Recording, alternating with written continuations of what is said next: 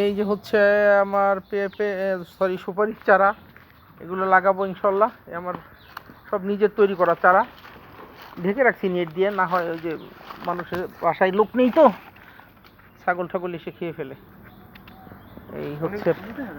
এই হচ্ছে সুপারি গাছ, আমার সুপারির চারাগুলো নিজের বানানো। এই যে এখানেও আছে, এই যে মালটা গাছের পাশেও আছে, এগুলো সব ছোটো ছোটো চারা গত বছর করা। এই যে আষাঢ় মাসে ইনশাল্লাহ উঠে লাগাই দিব, এগুলো আমার সব নিজের করা। এই যে আছে আরও এখানে, এই যে দেখেন ছোটো ছোটো, এই যে ছোটো,